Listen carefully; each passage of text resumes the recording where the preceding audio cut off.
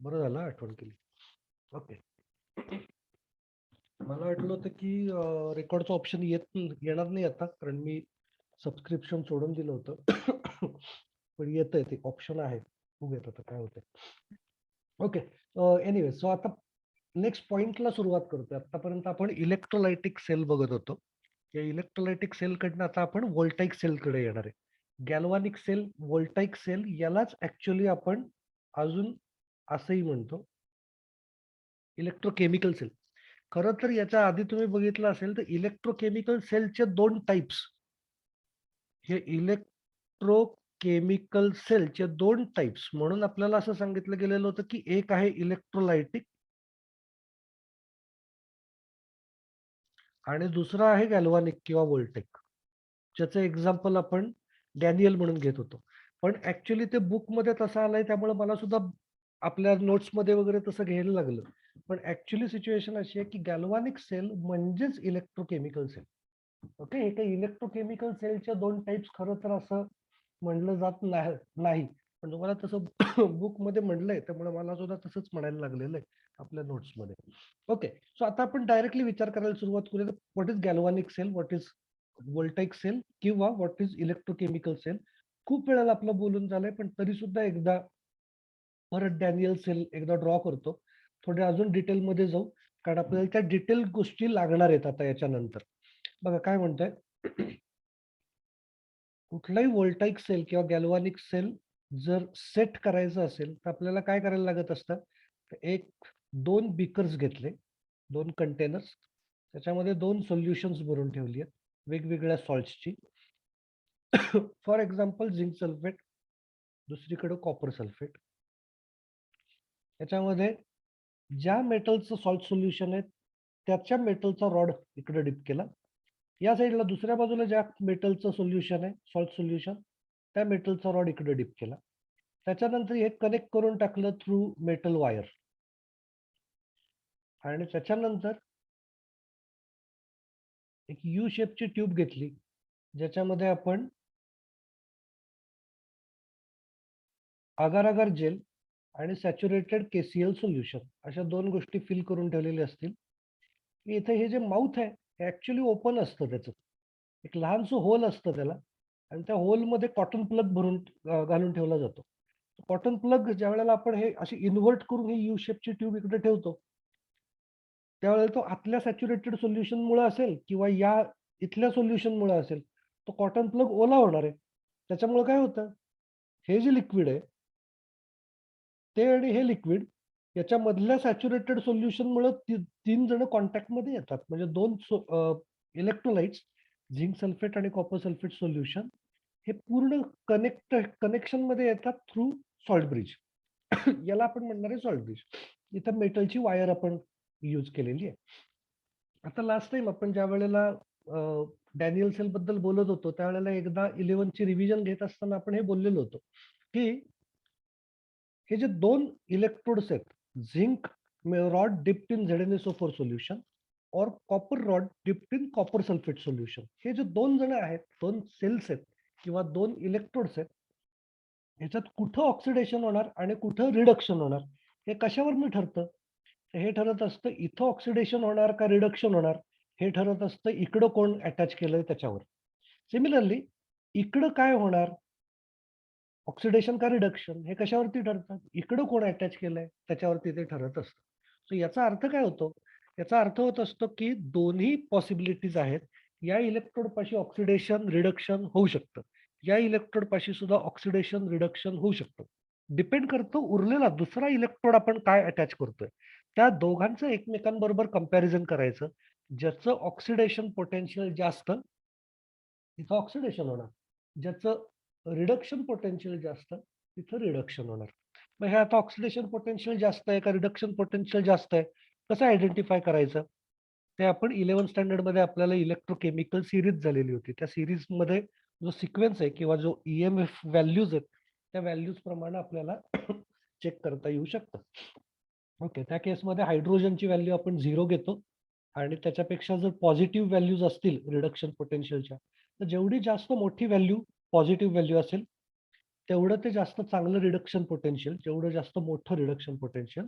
त्याच्या उलट जेवढी निगेटिव्ह व्हॅल्यू वाढत जाईल हायड्रोजनपेक्षा, तर तेवढी ऑक्सिडेशन पोटेन्शियल त्यांची जास्त होत जातील. असं आहे की ऑक्सिडेशन पोटेन्शियल याचं जास्त आहे, म्हणजेच रिडक्शन पोटेन्शियल याचं जास्त आहे. ज्या इलेक्ट्रोड पाशी ऑक्सिडेशन होतं त्या इलेक्ट्रोडला कायम म्हणायचं एनोड. ज्या इलेक्ट्रोड पाशी रिडक्शन होतं त्याला कायम म्हणायचं कॅथोड. आता विचार करायचा आहे आपल्याला की इथं जर ऑक्सिडेशन होत असेल तर ऑक्सिडेशन होण्यासारखं कुठल्या दोन गोष्टी आहेत? हे एक आहे आणि हे एक आहे. Metal rod dipped in its own salt solution. म्हणजे आपल्याकडे पॉसिबिलिटीज काय आहेत? तर पॉसिबिलिटीज अशा आहेत, Zn gives Zn2 plus 2 electrons, म्हणजे हे ऑक्सिडेशन झालं. त्याच्यानंतर दुसऱ्या बाजूला रिडक्शन होणार आहे. रिडक्शन होण्यासाठी कोण आहे? हा आणि हा. सॉल्ट मध्ये कॉपर सल्फेट मध्ये कॉपर कसा आहे? Copper is Cu2+. त्यानं 2 इलेक्ट्रॉन्स ऍक्सेप्ट केले, तयार होणार आहे कॉपर. सो इथं झिंक सॉलिड स्टेट मध्ये Zn2+ ऍक्वियस सोल्युशन आहे, इकडं copper2+ ऍक्वियस सोल्युशन आहे, आणि त्याच्यापासून सेट होणार आहे तो सॉलिड स्टेट मध्ये कॉपर या रॉड वरती डिपॉझिट होत राहील. असं आपल्याला बघायचं आहे. आता हे होत असताना झिंक Zn2+ तयार होते झिंक रॉड पासून. म्हणजे हा जो रॉड आहे या रॉड मधनं इकडं इथं Zn2+ आयन्स येत जाणार आहेत. म्हणजे झिंक रॉड याच्यामध्ये डिझॉल्व्ह होत जाणार आहे. असा म्हणजे याचा अर्थ असा होत असतो की जर आपण व्यवस्थित विचार करून बघितलं तर इथं असं होणार आहे की हा जर रॉड एवढा असेल तर हळूहळू तो हळूहळू करोड होत जाईल, त्याचं युरोजन होत जाईल, त्याचं साईज हळूहळू कमी कमी होत जाईल. कारण या रॉड मधनं Zn2+ आयन्स निघून जात आहेत आणि इकडे सोल्युशन मध्ये येत आहेत. म्हणजे त्या रॉडचा साईज हळूहळू कमी होत जाणार आहे. मग हा जर रॉडचा साईज कमी कमी होत गेला, एक वेळ अशी येणार की तेव्हा तो झिंकचा रॉड संपून जाईल. झिंकचा रॉड संपून गेला याचा अर्थ तो इलेक्ट्रोकेमिकल सेल किंवा तो गॅल्व्हॅनिक सेल संपला. आता दुसरा रॉड तरी बसवा, नाहीतर मग दुसरा सेटअप करायला सुरुवात करा. त्याच वेळेला इकडे सुद्धा copper2+ आयन्स बसून बसून सेट होऊन यातले copper2+ आयन्स संपून जाऊ शकतात. म्हणजे मग इथलं सोल्युशन आपल्याला चेंज करावं लागतं, तर तो सेटअप होऊ शकतो पुन्हा एकदा. ओके, आता पुढच्या पॉईंटकडे जाऊ. बघा काय म्हणतात. बघा आता याचा रोल काय आहे, सॉल्ट ब्रिजचा रोल काय आहे, तो विचार करायचा आपल्याला. तर त्याच्यासाठी विचार असा करायचा पहिला की या Zn2+ म्हणून हा इकडं आला, रिॲक्शन इथं अशी झाली, त्याने इलेक्ट्रॉन दिले. ते इलेक्ट्रॉन्स कुठे राहिले? इलेक्ट्रॉन्स या रॉड वरतीच राहिले, कारण इलेक्ट्रॉन्स काही सोल्युशन मध्ये जाणार नाही, इलेक्ट्रॉन्स रॉड वरती राहणार. आणि मग या copper2+ न जे या सोल्युशन मध्ये होते तिथं जात असताना ते 2 इलेक्ट्रॉन घेतले, असं दाखवलं आपण याच्यात. ते 2 इलेक्ट्रॉन्स इथपर्यंत आले पाहिजेत. म्हणजे हे दोन्ही इलेक्ट्रॉन्स या वायर थ्रू इकडे येतात, या रॉड वरती येतात, आणि मग ते Cu2+ आयन्स ते 2 इलेक्ट्रॉन्स घेतात आणि कॉपर म्हणून डिपॉझिट होतात. आता याचा अर्थ असा होतो की ज्या वेळेला या metal wire through electrons move होत आहेत असं म्हणतो, त्यावेळेला आपण असं म्हणणार आहे की इलेक्ट्रॉन्स मूव्ह झाले थ्रू वायर, म्हणजे इलेक्ट्रिसिटी जनरेट झाली. म्हणजे गॅल्व्हॅनिक सेल जो आहे तो गॅल्व्हॅनिक सेल हे इलेक्ट्रिसिटी जनरेट करण्याचं काहीतरी एक इन्स्ट्रुमेंट आहे. म्हणजे आपण या रिॲक्शन्स यूज करून, या 2 रिॲक्शन्स यूज करून आपण ओव्हरऑल काय मिळवलं? ओव्हरऑल आपण इथनं इलेक्ट्रॉन्स मूव्ह केले आणि इलेक्ट्रिसिटी जनरेट केली. आता विचार असा करायचा की या इथं तर Zn2+ आयन्स आले एक्स्ट्राचे. ओरिजिनली काय होतं? ओरिजिनली याच्यामध्ये ह्या 2 गोष्टी होत्या, म्हणजे Zn2+ आयन्स होते आणि सल्फेट आयन्स होते. जेवढे Zn2+ आयन्स होते तेवढेच सल्फेट आयन्स पण होते. असं नाही होऊ शकत की Zn2+ 100 आहेत आणि सल्फेट 100 पेक्षा कमी आहेत किंवा 100 पेक्षा जास्त आहेत. झिंक सल्फेट आहे, याचा अर्थ Zn2+ जेवढे तेवढेच SO4 2- असले पाहिजेत. आता जर आपण इकडे एक्स्ट्राचे Zn2+ येत आहेत रॉड मधले, असं जर कन्सिडर केलं या सोल्युशन मध्ये, एक्स्ट्रा Zn2+ झाले. त्याला बॅलन्स करायला 2+4 ला बॅलन्स करायला निगेटिव्ह आयन्स कुठे आहेत? कारण सल्फेट जेवढे इकडे होते त्याला बॅलन्स करायला तेवढे Zn होते. मग आता बॅलन्स करण्यासाठी ते काय झालं पाहिजे? तर याच्यामध्ये भरून ठेवलेला जो KCl असतो KCl, त्यातले Cl मायनस आयन्स याला बॅलन्स करायला इकडे येतात. म्हणजे एका Zn2 प्लसला बॅलन्स करायला 2Cl मायनस या साईडला मायग्रेट झाले पाहिजे. सिमिलरली इकडं ज्या वेळेला कॉपर 2 प्लस याच्यावरती डिपॉझिट होतात ऍज कॉपर ॲटम्स, त्यावेळेला इकडून कॉपर 2 प्लसचं कॉन्सन्ट्रेशन कमी होतं, म्हणजे एक्स्ट्राचे SO4 मायनस आयन्स शिल्लक राहतात. मग हे बॅलन्स करायला काय करायला लागेल आपल्याला? कुठला तरी कॅटायन लागेल. हा तो सॉल्ट ब्रिज मधला कॅटायन आहे, तो कॅटायन आपल्याला इकडे आणता येतो, म्हणजे येतो आपोआपच ते सल्फेट आयन्स स्टेबल करण्यासाठी. म्हणजे याला सॉल्ट ब्रिजचा रोल आपण काय काय म्हणू शकतो? सॉल्ट ब्रिजचा फर्स्ट रोल असा आहे की टू सोल्युशन्स कॉन्टॅक्ट मध्ये आणण्यासाठी आपण सॉल्ट ब्रिज यूज करतो. मग असे जे म्हणलं होतं की इथं जो कॉटन प्लग लावलेला असतो, त्या कॉटन प्लग थ्रू दोन्ही सोल्युशन्स एकमेकांना कनेक्ट झाल्यासारखं होतं, त्यामुळे सर्किट कंप्लीट होतं. सेकंड असं आहे जे आत्ता बोललो की एक्स्ट्राचे आयन्स जे शिल्लक राहिलेले असतील, एका बाजूला कॅटायन दुसऱ्या बाजूला अनायन एक्स्ट्राचे राहतील, त्या चार्जेसला बॅलन्स करण्यासाठी सॉल्ट ब्रिज मधनं आयन्स मायग्रेट करतात. याला आपण म्हणत असतो electrical neutrality of solutions maintain करणं. इलेक्ट्रिकल न्यूट्रॅलिटी मेंटेन करण्यासाठी त्यातले आयन्स मायग्रेट करतात. आणि थर्ड एक पॉइंट असा आहे जो मी थोडं या साईडला दाखवतो. सेम सेटअप पूर्वीच्या काळी असा वापरला जायचा. ज्या वेळेला सॉल्ट ब्रिज नव्हते तयार झालेले, त्यावेळेला असं केलं जायचं, एकच मोठा कंटेनर घेतला, त्याच्यामध्ये एक पेपर टाकला जायचा, साधा पेपर. या साईडला ZnSO4 सोल्युशन भरलं जायचं, या साईडला COSO4 सोल्युशन भरलं जायचं. रॉड झिंक आणि वगैरे हे सगळं डीप करून ठेवलं आणि याला कनेक्ट करून टाकलं. हा पण सेम झाला, डॅनियल सेलच झाला. फक्त काय आहे हा साधा पेपर आहे आणि याला होल पडलेली असायची, परफोरेशन्स असायची त्याला. म्हणजे याचा अर्थ काय होणार आहे? याचा अर्थ असा होतो की ही दोन सोल्युशन्स कॉन्टॅक्ट मध्ये आली का नाही आली एकमेकांच्या, सर्किट कंप्लीट झालं का? तर या होल थ्रू सर्किट कंप्लीट झालं. पण याचा अर्थ असा होत असतो की ZnSO4 सोल्युशन थोड्या वेळानंतर इकडे जाईल डिफ्यूज होऊन.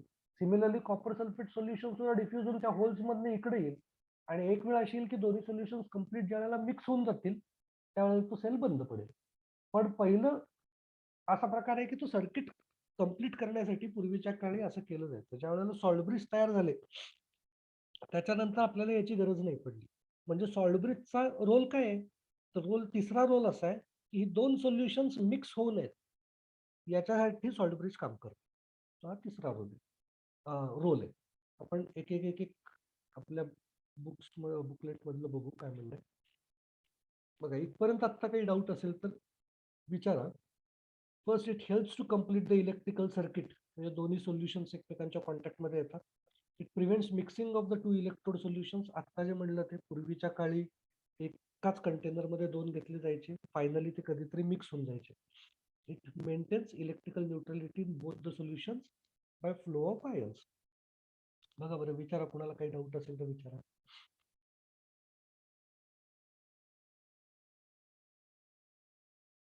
ओके. पुढच्या पॉईंटकडे जातो. Difference between electrolytic and electrochemical sale.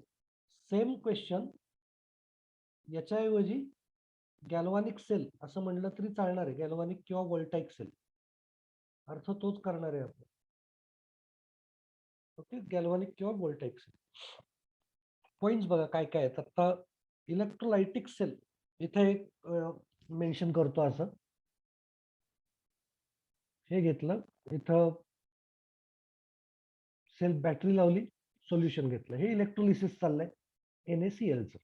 डोळ्यासमोर फक्त एक फिगर असावी म्हणून काढून ठेवतोय. इकडे दोन सोल्युशन्स आहेत. हे ZnSO4 copper sulphate rods deep केले, हे केलेलं आहे आणि यू शेपची ट्यूब टाकून दिली. आपण एकदा चेक करू आता काय काय नेमकं याच्यामध्ये आपल्याला सांगितलं. बघा, इलेक्ट्रोलायटिक सेलच्या अंडर म्हणलं non spontaneous reaction takes place by passing electric current. Electric current इथनं आपण पास करतो. हे पास करून असं का म्हटलंय की it is non spontaneous reaction that takes place by passing electric current. तर या इलेक्ट्रोलायटिक सेलमध्ये केली गेलेली रिॲक्शन कुठली आहे बघा. रिॲक्शन अशी आहे, हा Na+ आयन्स जे असतात, Na+ आयन्स इकडं कॅथोडकडे जातात आणि डिपॉझिट होतात ॲज Na ॲटम. म्हणजे Na+ plus electron use Na. Spontaneous आहे का नॉन स्पॉन्टेनियस रिॲक्शन आहे? This must be a non spontaneous reaction. का?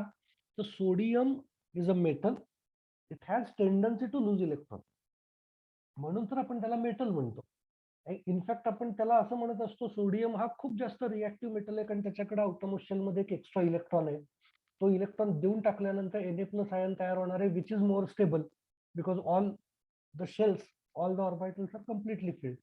सो याला नोबल गॅस इलेक्ट्रॉनिक कॉन्फिगरेशन मिळत असताना एक ऍडिशनल इलेक्ट्रॉन घेऊन अनस्टेबल होतोय तो ऍक्च्युली सोडियम ॲटम तयार करून. म्हणजे ही नॉन स्पॉन्टेनियस रिॲक्शन आहे, which is carried out using electric current. Next, electrochemical सेलच्या अंडर काय म्हणलंय, electricity is produced by a spontaneous reaction. इथनं 2 इलेक्ट्रॉन मायग्रेट होणार आहे थ्रू वायर, इलेक्ट्रिसिटी तयार झाली. नेक्स्ट, केमिकल डिकम्पोजिशन और इलेक्ट्रोलिसिस टेक्स प्लेस. सो अर्थ माहिती आहे, इलेक्ट्रोलिसिस याच्यातनं केलं जातं, याच्यातनं इलेक्ट्रिसिटी जनरेट केली जाते. ठीक आहे, हे दोन्ही पॉईंट्स कळलेलं असणारच.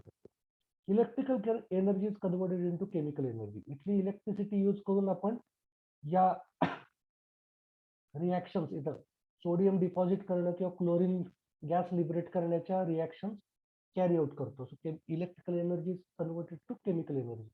दुसऱ्या साईडला chemical energy is converted to electrical energy. म्हणजे आपण इलेक्ट्रिकल एनर्जी तयार करतो by carrying out some reactions. So carrying out reactions म्हणजे केमिकल एनर्जी कन्वर्ट केली आपण इलेक्ट्रिकल एनर्जीमध्ये. हा पार्ट इम्पॉर्टंट आहे, एक्सप्लेन करायचा राहिला होता ऍक्च्युली. इथं आपण असं म्हणलं होतं, हा 2 इलेक्ट्रॉन्स या रॉडवरती राहतात. ज्या वेळेला झिंक Zn2+ म्हणून डिझॉल्व्ह होतो, हे 2 इलेक्ट्रॉन्स जर रॉडवरती राहत असतील तर हा रॉड निगेटिव्हली चार्ज बनेल आणि त्याच्यातनं इलेक्ट्रॉन्स इकडं मायग्रेट होतात. म्हणजे या रॉडवरती प्लस चार्ज असला पाहिजे तरच ते 2 इलेक्ट्रॉन्स त्या बाजूला जातील. मग या बाजूला त्याच्यावर निगेटिव्ह चार्ज आहे, त्यातला आपण काय म्हणतोय, एनोड, कारण तिथं ऑक्सिडेशन होतंय. म्हणजे एनोड निगेटिव्हली चार्ज आहे, इकडं कॅथोड पॉझिटिव्हली चार्ज आहे. याच्या उलट इथं काय होतं, बॅटरी लावलेली असेल त्याच्याप्रमाणे पॉझिटिव्ह चार्ज होता, तिथं ऑक्सिडेशन होत होतं क्लोरीनचं. म्हणजे anode is positive and cathode जिथं रिडक्शन होत आहे that is negative. This is irreversible process. असं नाही होऊ शकत की इथं सोडियम मी डिपॉझिट केला आणि तो नंतर मग मी काहीतरी हे काढून घेतली, बॅटरी काढून घेतली किंवा काहीतरी वेगळं केलं तर मला परत सोडियम क्लोराईड परत याच्यामध्ये सोल्युशन मिळेल, असं नाही होऊ शकत. But this is might be reversible. का रिव्हर्सिबल असू शकतं, तर आपल्याकडे रिव्हर्सिबल बॅटरीज असतात, रिव्हर्सिबल सेल्स असतात, म्हणजे रिचार्जेबल. त्यांना रिचार्ज केलं, जर इथलं जे पोटेन्शियल डिफरन्स आहे त्याच्यापेक्षा थोडंसं पोटेन्शियल डिफरन्स जास्त असलेलं उलटी डिरेक्शन दिली तर आपोआपच त्याचं रिचार्जिंग व्हायला सुरुवात होऊ शकते. ओके, त्याच्यानंतर last, used for electroplating and electro refining. आणि इकडे used as a source of DC current, direct current म्हणून याला यूज केलं जाऊ शकतं, इलेक्ट्रिक करंट. ओके, इथपर्यंत काही डाऊट असेल तर विचारा, कारण आता याच्या पुढचा पार्ट हा ऍक्च्युली समजलाच पाहिजे असा पार्ट आहे. काही डाऊट असेल तर विचारा इथपर्यंत.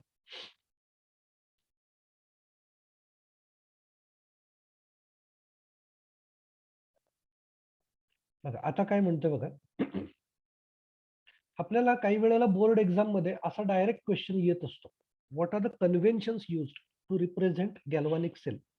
आपल्याला समजा गॅल्व्हॅनिक सेल दिलेला आहे आत्ताचा डॅनियल सेल, तर डॅनियल सेल या फॉर्म मध्ये लिहिला जातो, याला म्हणायचे representation of galvanic sale.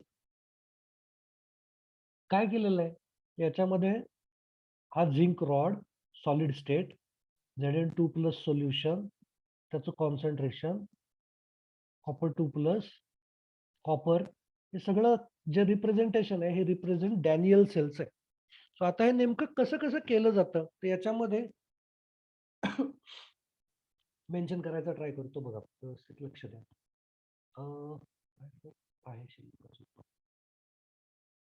Okay, बघा आता काय म्हणतो बघा, समजून घ्या. थोडं क्लीन करतो मी फक्त.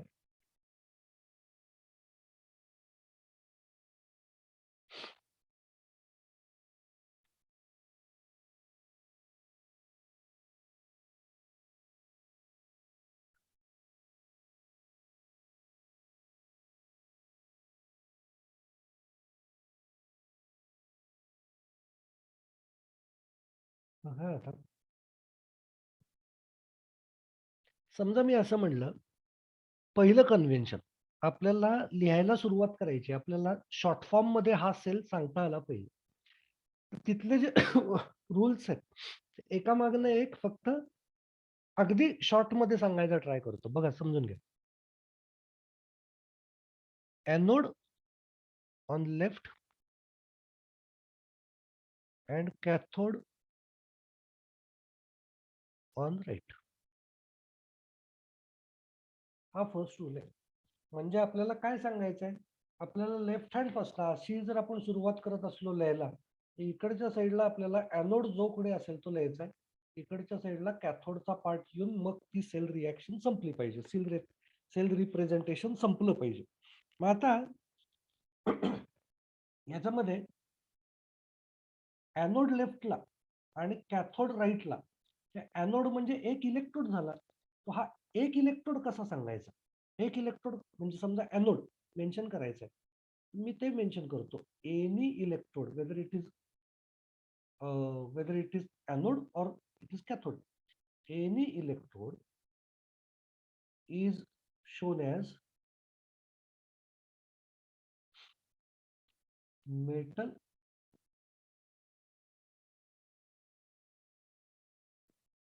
vertical line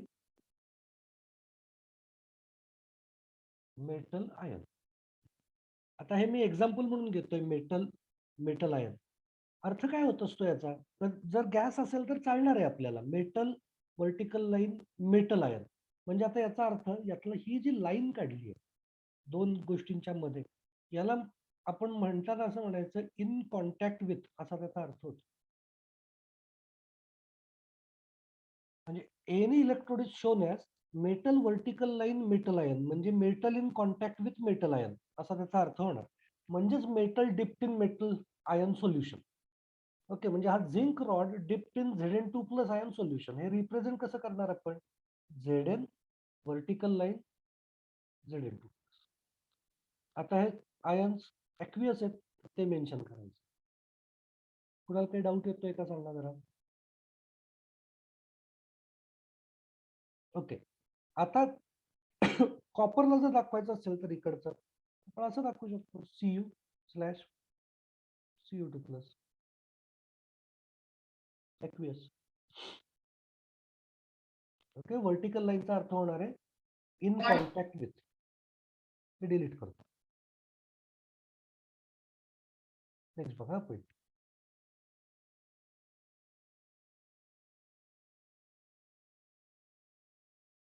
आता याचा अर्थ काय होणार आहे बघा, ज्या डिरेक्शन मध्ये आपण लिहितोय आता तसं करायचंय.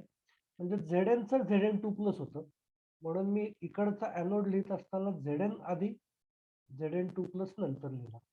त्याच्यानंतर इथं काय होतंय, तर कॉपर 2 प्लसचा कॉपर होतोय, म्हणून मी इथं लिहिणार आहे Cu2 plus vertical line Cu.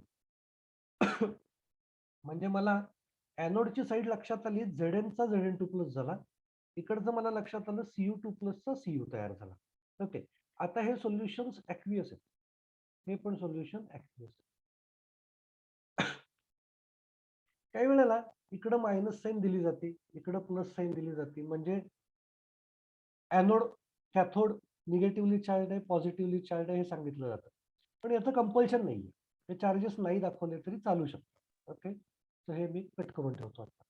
त्याच्यानंतर salt bridge is represented by two vertical lines. म्हणजे आता या रिप्रेझेंटेशनचा अर्थ काय होणार आहे, Zn rod dipped in Zn2 plus solution is connected with salt bridge to copper 2 plus ion solution in contact with copper rod. अजून एक पॉइंट, जर हे सोल्युशन जर असेल तर याचं काही कॉन्सन्ट्रेशन असलं तर मेन्शन करा. For example 1 molar. दरवेळेला 1 मोलरच असलं पाहिजे असं काही नाहीये. काही असू शकतं. हे 1 मोलर. त्याच्याऐवजी समजा 0.2 मोलर म्हणलं चालणार आहे, काही फरक नाही पडत. डॅनियल सेल जर असेल तर 25 डिग्री सेल्सिअस 1 मोलर सोल्युशन हे कायम फिक्स असणार आहे. बाकी सोल्युशनची कॉन्सन्ट्रेशन चेंज झाली की त्याचं इलेक्ट्रोड पोटेन्शियल चेंज होईल. इलेक्ट्रोड पोटेन्शियल चेंज झालं की आपोआपच त्याचा EMF किती इलेक्ट्रॉन्स मायग्रेट होणार आहेत, किती वेळात होणार आहेत, त्या सगळ्या गोष्टी चेंज होणार. एक एक पॉईंट बघू फक्त काय म्हणताय ते. बघा मी एक एक एक एक चेक करतो. एखादा जर काही मिस झालेला असला तर हा येस एक मिस झाला ऍक्च्युली माझा, तो एक्सप्लेन करतो. बघा जर आपण इकडं असं कन्सिडर करू की मला कॉपर सल्फेट सोल्युशन आणि कॉपर पाहिजे असं काही नाही. मला काय करायचंय, मला गॅस यूज करायचा. गॅस समजा hydrogen gas in contact with ions, त्यातले जे काही इलिमेंट असेल त्याचा आयन म्हणजे H2 gas in contact with H+ ion.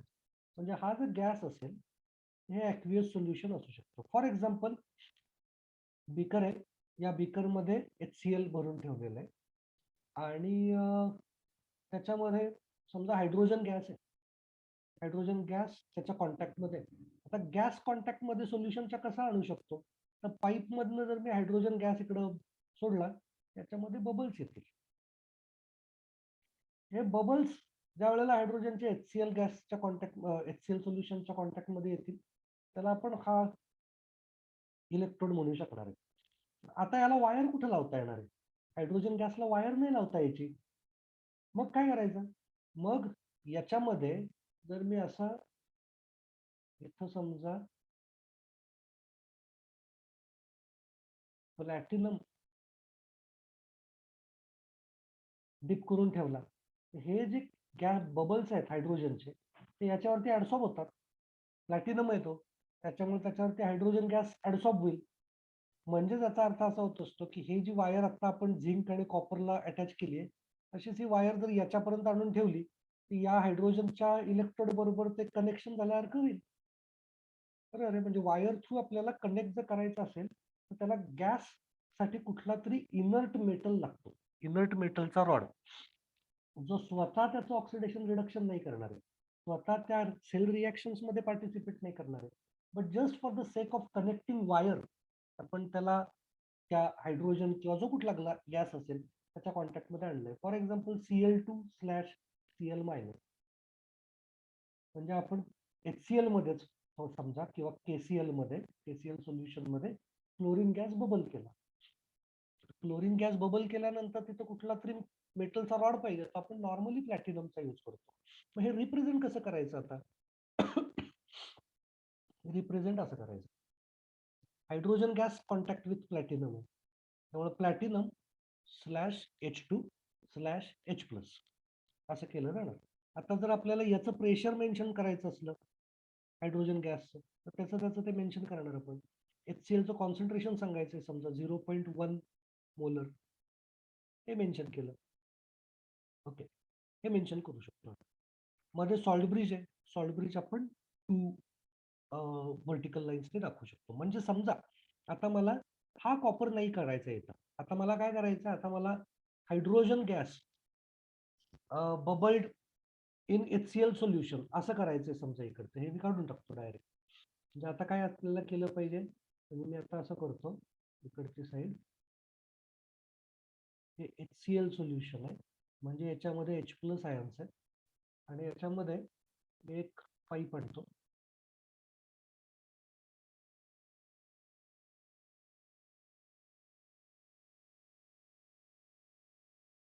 आणि याच्यामधनं H2 गॅस आपण पास करूया, ज्याचे बबल्स इथं तयार होतील आणि ते त्या रॉड वरती येतील. हा रॉड कुठला झाला, आता हा रॉड झाला प्लॅटिनमचा. आपल्याला हा सेल जर रिप्रेझेंट करायचा असला आता आपण कसा करणार, लेफ्ट हँड साईडला ॲनोड राईट हँड साईडला कॅथोड. यातली ही साईड मी चेंज करतो. काय होणार बघा, zinc in contact with Zn2+ solution aqueous 1 molar आहे, हे बरोबर. त्याच्यानंतर या बाजूला कुणाच्या कॉन्टॅक्टमध्ये, through salt bridge. Salt bridge आहे कॉन्टॅक्टमध्ये H+ आयन्सच्या. Aqueous solution in contact with hydrogen gas in contact with platinum. आता याचं समजा काही 0.1 मोलर आहे कॉन्सन्ट्रेशन, याचं 1 ATM प्रेशर. इकडे समजा निगेटिव्ह चार्ज दिला, इकडे समजा पॉझिटिव्ह चार्ज दिला. ओके, एक राहिलं, या झिंकला हा सॉलिड स्टेट होतं म्हणून सांगायचं राहिलं. हे रिप्रेझेंटेशन झालं. कोणाला काही डाऊट येतोय का बघा?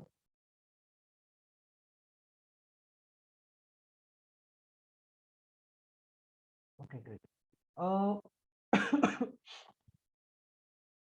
अजून एक 4 मिनिट आपल्या या मीटिंगचे शिल्लक आहे. हे सगळं ऍक्च्युली आपलं बोलून झालंय बरं का या पेजवर. तर मी काय काम करतो, पटकन हे जे पुढचे आहेत मध्येच कट झाले तर फक्त एक 5 मिनिटं मिळाली तर ऍक्च्युली आपलं इथपर्यंत येऊन आपण थांबायचं असं माझ्या डोक्यात होतं. पण आपण पटकन याची प्रॅक्टिस करू. बघा, हे 4 टाइप्स आहेत. चार टाइप्स मध्ये आपण वेगवेगळे इलेक्ट्रोड्स यूज करायचे असतात. फर्स्ट आहे मेटल अँड मेटल आयन्स. म्हणजे हा मेटल आहे zinc Zn2+, Zn vertical line Zn2+. आता मी असा दाखवलाय म्हणजे तिथं ऑक्सिडेशनच दाखवलं पाहिजे असं काही नाहीये. रिडक्शन पण दाखवू शकतो, फक्त कॅथोड म्हणून यूज केला असेल त्यावेळेला आपण लिहिताना उलट्या डिरेक्शन मध्ये लिहिणार आहे, असं लिहिणार जर कॅथोड म्हणून यूज झालेला असेल. Okay, next non metal ion electrode. म्हणजे आत्ता जे आपण बोललो ते platinum in contact with hydrogen gas. Okay, आता इथं बघा काय केलंय, कॉमा. आता हे काही वेळेला कॉमा देतात, काही वेळेला व्हर्टिकल लाईन पण देतात. हा ओके, सॉरी नाही, हे आता मी तुम्हाला इथं आता लगेच नाही कन्फ्यूज करत.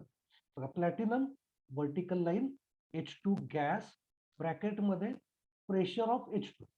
म्हणजे जे काय आहे ते सगळं त्याच्याबद्दलचं सांगून टाकलं, त्या hydrogen बद्दलचं. Vertical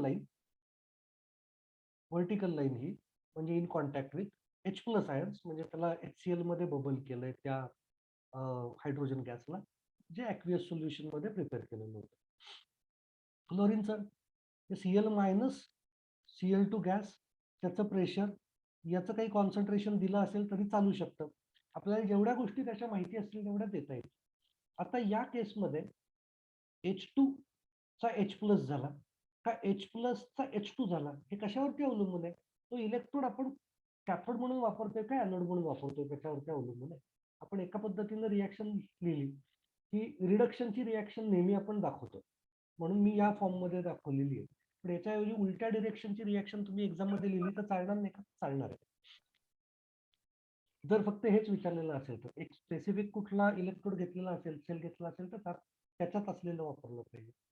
metal insoluble salt electrode म्हणजे काही वेळेला असा प्रकार होतो, सिल्वर रॉड सिल्वर क्लोराईड मध्ये डिप करून ठेवलाय, म्हणजे हे तर इन्सोल्युबल आहे, त्याच्यामुळे हे कसं रिप्रेझेंट केलं जातं बघा, हा पार्ट बघा, Cl- ions in contact with insoluble thing in contact with rod. Okay, यातला हा जो आयन आहे अनायन, तोच इथं आहे.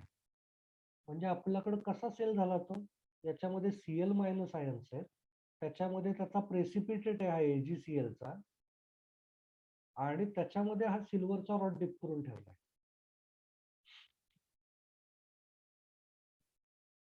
तर त्याचा बघा.